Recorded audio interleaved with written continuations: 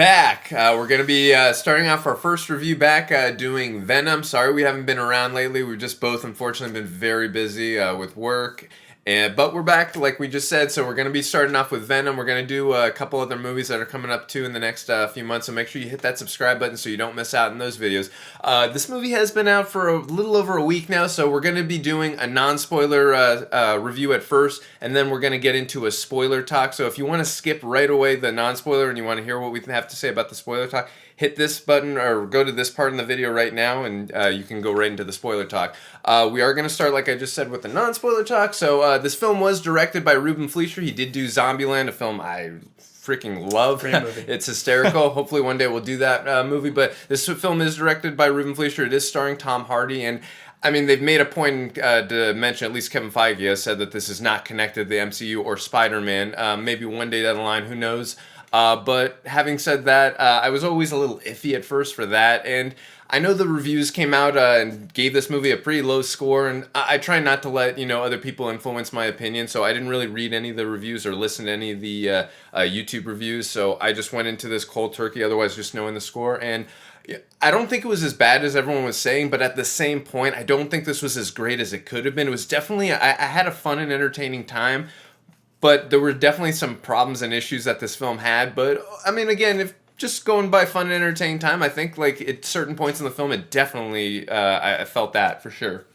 I mean, I loved Venom, the character, not so much the movie. Yeah, okay. The movie was not bad. It wasn't terrible, Yeah, but it was just very, I feel like, watered down and kind of cookie cutter. Cool action, for the most part, when you could see what was going on. They had, like, that, 25-minute chase scene. Not more like 10 minutes, but that was still a really long chase scene, which was cool. But I remember I was in the theater with my girlfriend, and she's like, I gotta go to the bathroom. I'm like, okay, go now. During the chase scene. 10 minutes later, she comes back. It's still the chase scene. I was like, you didn't miss anything, just some motorcycles, which was cool. But anyways, what I kind of got from it was, yeah, like, if you want to go have a good time at the movies, yeah, watch it. It's fun, but there's no real depth. There's no character arcs whatsoever in the movie. Like, I don't know. And kind of going off what you said, I mean, we're not going to try and go too crazy negative, just more going into some of the issues we had with the movie. Again, we'll talk more in the spoiler talk. Yeah, for sure, but just non-spoiler talk, I felt that this movie had a lot of tonal issues in terms of, it had a lot of problems balancing out, tones between comedy, humor, and, just being really serious. It just, again, there were moments where, like, I felt that horror aesthetic, and I'm like, yes, this is great. And again, I don't mind humor in horror situations. It's just, a lot of times it just felt out of place and not in the right spot. And I noticed, obviously, the audience was laughing, and I definitely found myself laughing too. It just didn't feel like, again, the humor hit in the right spots and the tonal shifts. It just didn't balance out in the way that I felt were proper for me personally. But in the beginning, I mean, it felt like a horror movie, which was cool. Like, I liked that. That's what I wanted. And then later on in the movie, once Venom, like, the actual characters were introduced, that's when the comedy comes out. Like, the interplay between Venom and Eddie Brock's character, I thought was really good. That's probably the best part of the whole movie. I did like that. Their dynamic was really great. For sure. And really funny, and it worked. But yeah, what you were saying about the tonal shifts a little bit, like, they kind of didn't really go back to that horror aesthetic, which I kind of wanted. And a lot of horror movies have humor, but I mean, this one didn't really balance out. And I'm going to be honest, I'm a diehard fan of the 90s Spider-Man, and I love that version of Venom. But this movie felt very cartoonish at times. And it did. And again, that's just not the version of Venom I personally wanted to see. But again, I'm not talking about, like, Venom the character. I'm talking about the movie as a whole. Right. I wanted more of a horror. Well, I thought Venom himself looked pretty good. Oh, yeah, no. For CGI-wise, and again, for the most part. We talked a little about the action. For the most part, I thought the action was pretty good in this film. It was pretty easy to follow. I will say the end battle between the two characters. I'm not going to mention who the character is, but between Venom and who the villain ends up being in the film. The fight between them, again, there's some cool moments in there, but just tracking the fight choreography is just a little bit tough. And the fact that they're both dark colored characters and it's at dark night, scene. and it's at night, it was like, just hard. It wasn't the best. And CGI was a little bit tough to follow. But having said that, I want to get a little bit into Tom Hardy. I thought he gave a very genuine, interesting, and good performance. Again, we mentioned a little bit about arcs in the film. I mean, there was kind of somewhat of an arc in the film, but not really. Very minor. Not really, yeah, very minor. But again, I did enjoy his performance. I thought he definitely carried the film for sure, especially the way, he is the voice of Venom too. That actually is his voice. That was cool, so, yeah. So again, that back and forth you mentioned, that was really driving me, like staying interested and really being emotionally invested into this character, because I'm not going to lie, I'm probably going to get ripped in the comments for this. I really did not feel Michelle Williams gave a good performance in this film. In fact, this is just me. I thought she gave a flat performance, and also not helping her case, she had some badly written lines. I will say there was one scene in the movie where she was a badass, and I love the scene. We'll get into that in the spoiler talk, but overall, I just was not a fan of her performance in this film. Also, I did not enjoy the chemistry and the romance between her and Tom Hardy. For me personally, and again, exactly. And let's put it this way. And again, I'm not comparing, but I mean, they're comic book movies.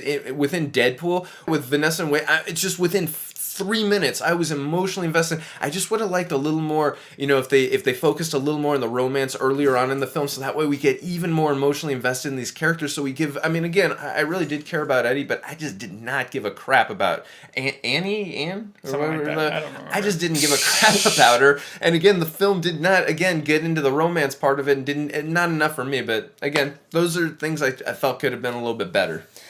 Just in general, kind of everything just felt, I don't want to say rushed, but just watered down. It was just bland. It was meh. It was okay. And there's a major plot hole in this movie that I will mention in the spoiler talk. Jason and I will get into that. Which we should get to. All right, so we're going into spoiler talk. So if for some reason you have not seen this film yet, stop watching. Watch later. Watch this later after you see the movie. But we are going to be going over plot details, everything. So again, the major plot hole for me, and we'll see what you think about this, but there's a time jump in the movie after Eddie kind of is 6 months later. So again, before the 6 months later, we saw that Riot had attached to an old Asian lady. Are we meant to believe it took Riot 6 months to get to the airport to get to San Francisco? We're talking about an alien's being that is very smart. Intelligent. Yeah. It doesn't take 6 months to get from to the airport to San Francisco. That was a major plot hole, and I was just so confused in the whole movie. And even in general too, like that ship was basically going to San Francisco, where he eventually was trying to get anyway. So he basically escaped from there to spend 6 months getting back to where he would have been exactly. anyway. He would have been in there anyways, and but I guess he didn't want to be captured. I was going to say, right? you could argue that he'd be in captivity, but I would imagine that he could escape. At some point, yeah. So, I guess you could argue that, but again, I still thought it was kind of dumb. And like you said, 6 months, it's not going to take him that long. Even to walk to an airport. Yeah, like a couple. It felt like in the flow of the movie, just from Riot going to the airport that felt in the flow of the context within a few days, and then I saw the 6 month time jump. I'm like, wait, that takes that long to get to the airport? So again, this is just personal nitpicking from me on this next point. Not seeing Venom swing in the movie, like.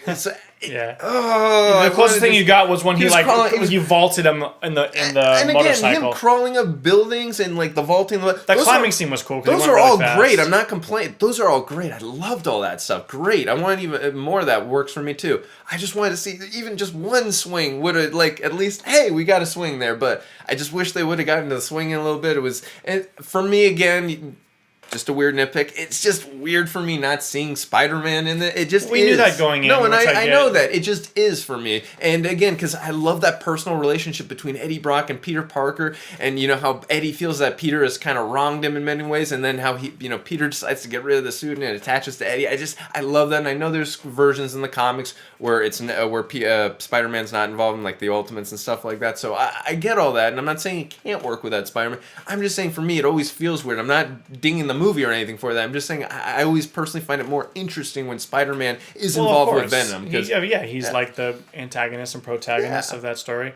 It was kind of weird how, but Venom was never necessarily like evil or bad or anything, but all of a sudden, like just from seeing the world for like 5 seconds, like the city, I guess, on top of the building, he's like, you know what, I kind of like it here. That was so right. That I was literally my last complaint. That is literally the only character arc in the whole movie, and it was like rushed from here to here in like 2 seconds. It was rushed. It was under. Like obviously we know that's going to happen at some point in the film. It just when it happened, I was like, oh, already? It was like did that fat? Oh, okay. I guess Venom likes Earth, and they like you, Eddie. They played it for a joke too. They're like, on my planet, I'm kind of a loser, like you.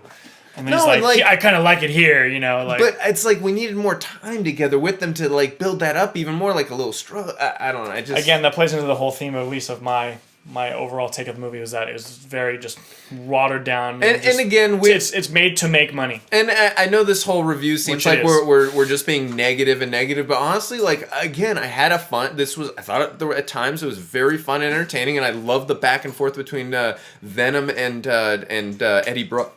Excuse me, and Tom Hardy's performance. I was really into it, and I had a good time, and I actually do recommend going to see this movie. Oh yeah, I recommend for sure. it.